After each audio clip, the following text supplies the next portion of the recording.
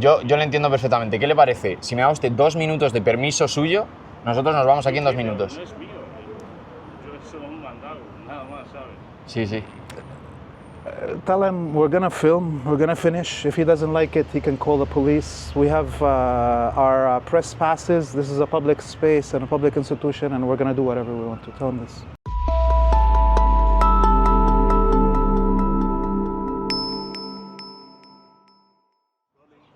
Hey everybody, this is Laith Marouf from Free Palestine TV, and we are still in Madrid, the capital of the Spanish Kingdom. We're standing right outside Casa Arabe, al-Bayt al-Arabi. We have with us our returning guest, Iker Suarez, who is going to explain to us a little bit about this building and why we are here to visit it. Iker, tell us about the beginnings of this building. Why was it built and when was it built? So what we see here is a building that was built in the 1870s and that follows what is called the Neo-Mudéjar style. Neo-Mudéjar style takes the style of the Mudéjares, which are the Muslims that stayed in the Christian part after the crusade against Al-Andalus, right? And so it was a style that was used by Spanish and also then European elites to exoticize, right? To orientalize sort of these things. This is built in the 1870s, and it's a way of thinking that this is like, you know, a uniquely Spanish style because it combines, you know, the more Christian, if you will, modes of architecture with the more, Muslim, Andalusian sort of elements. And the reason I wanted to show you this is because it's built quite at the same time as the Columbus statue that we just saw. And so in this thing we see, in this sort of comparison, we see the two poles of, if you will, like, the Spanish ideological spectrum, the Spanish identity. On the one hand, the very unrepentant, we are the Columbus-led settlers that, you know, wiped out entire nations. On the other one, the one that romanticizes its own sort of relation to its colonial past, right? When we know, obviously, that the expulsion of Muslim people from the Iberian Peninsula was a violent process that ultimately ethnically cleansed Spain to make it what it is or what it has been. And today it continues to ethnically cleanse Muslims insofar as it deports them and kills them at the border, right? So I think it's just important to have this nuance between the two poles. It's not just unrepentant colonialism. It's a form of, if you will, imperial multiculturalism that takes up some of these symbolic cultural presentations of the Muslim world, of the Arab world, of the Andalusian world, to kind of prop up its own position as, you know, a multicultural, liberal, you know, enlightened sort of situation. You know, when you said 1870s, of course, we all know how much that era was kind of Orientalist, everybody dressing up in clothes that are from the region, doing the seances, and everybody loving Gibran Khalil Gibran from Lebanon, and the Freemasons and all of these things that were trying to kind of extract all culture from the Arabic world without the and forgetting all the colonial eras that led to that. So how do we connect this to now? What is the Spanish government using this really in its foreign policy? How is it using that in comparison to its activities around the world that are still very anti-Arab and anti-Muslim? Well, it's a way, in a way, to launder their own image and to feign proximity, cultural proximity, to these very sort of like Mediterranean values, if you will, or, these values that were shared, in the convivencia period, in the coexistence period of Al-Andalus, that is said to be between the three cultures, right? And so in a way, it's just a marketing operation, right? And this place specifically has good cultural programming that brings some of Arab culture to Spaniards, and in that sense it's positive, but also as part of the government initiative, it's a way to once again prop itself up as a enlightened multicultural figure. And what we see with this is not just this, is that there's a whole set of institutions. You've probably seen this also in Andalusia, but you also see it a lot in the two enclaves that Spain still occupies in north of Morocco, in the Rif, Ceuta and Melilla, which are still occupied on African soil. This multiculturalism serves as an alibi for the neo-colonial system, right? For a system that continues to extract from the south while pretending to be friendly, right, to these cultures or to these formations, etc., etc. And I don't know if you know a little bit about Ceuta and Melilla. Maybe if you want, I can maybe talk a little bit about that. Please, I think I may know, but obviously the audience is always important to educate them. Let's sit in the shade a little bit. Perfect. So we don't harm our guest who's been very generous with his time. Explain a little bit more about these remaining colonies and compare that maybe also to the situation with Gaza, the genocide that is happening there. Right. So Ceuta and Melilla, they're in the north of Morocco, two small enclaves.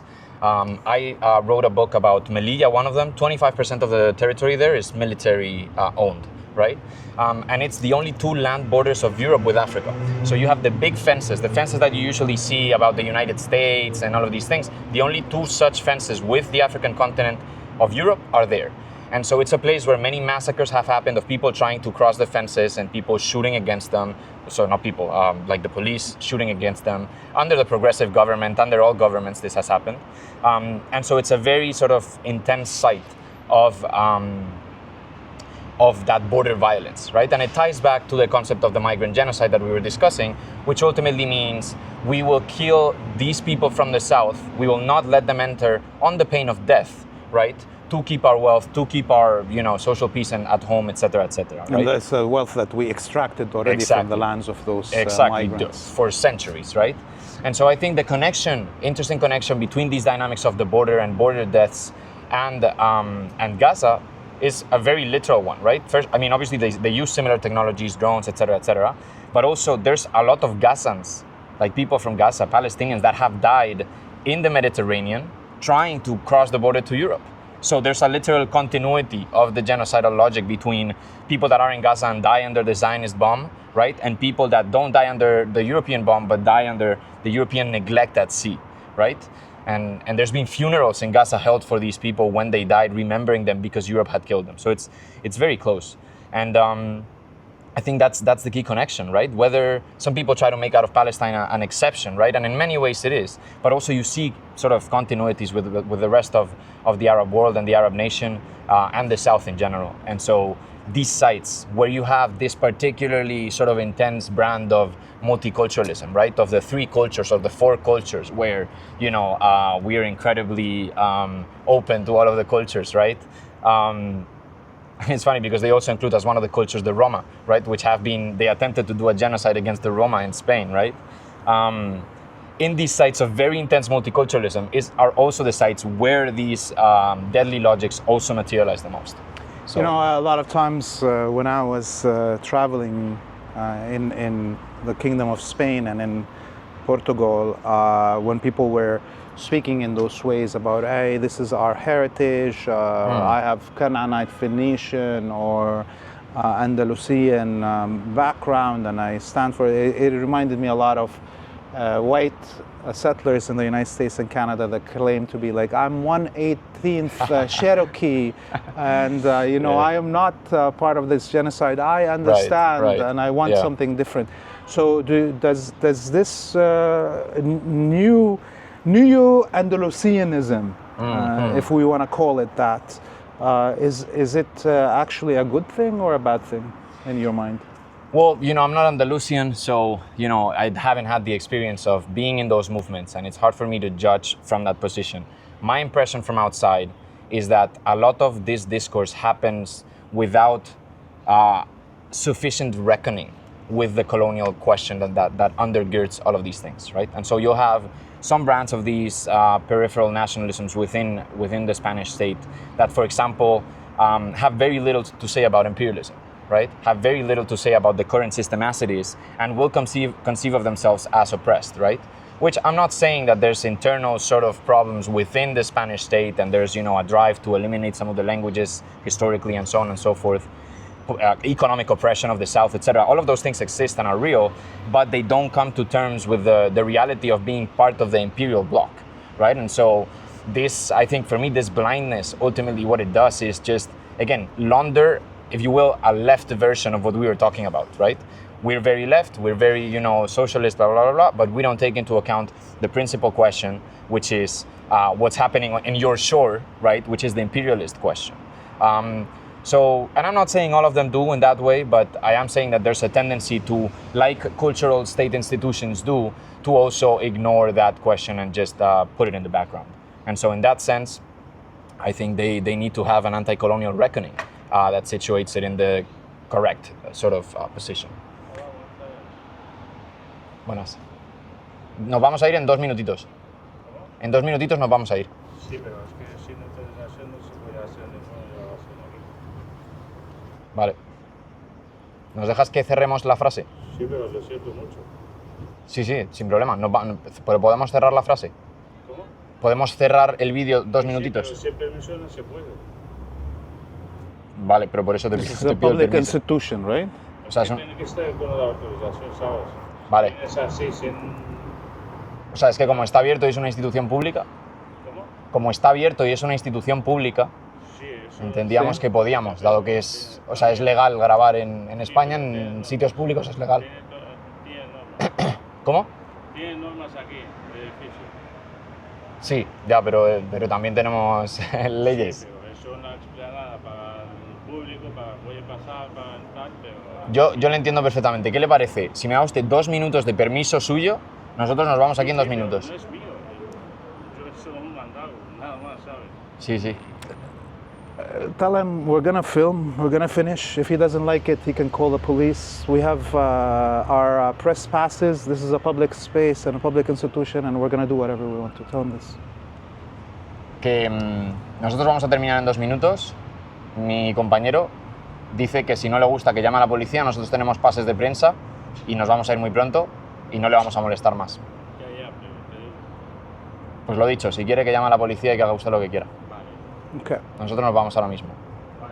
So, as we can see, the state of Spain or its institutions are still trying to negate their own laws to try to stop us from having these discussions in the public space that is supposed to be about this relationship between Arabic people and the current state of Spain. And I don't even remember right now because of this interruption. And this shows us again how the use of authority and force is there to, scare people. Yeah. I doubt he will call the police Me too, because the police are going to tell him, what do you mean? This is a public space.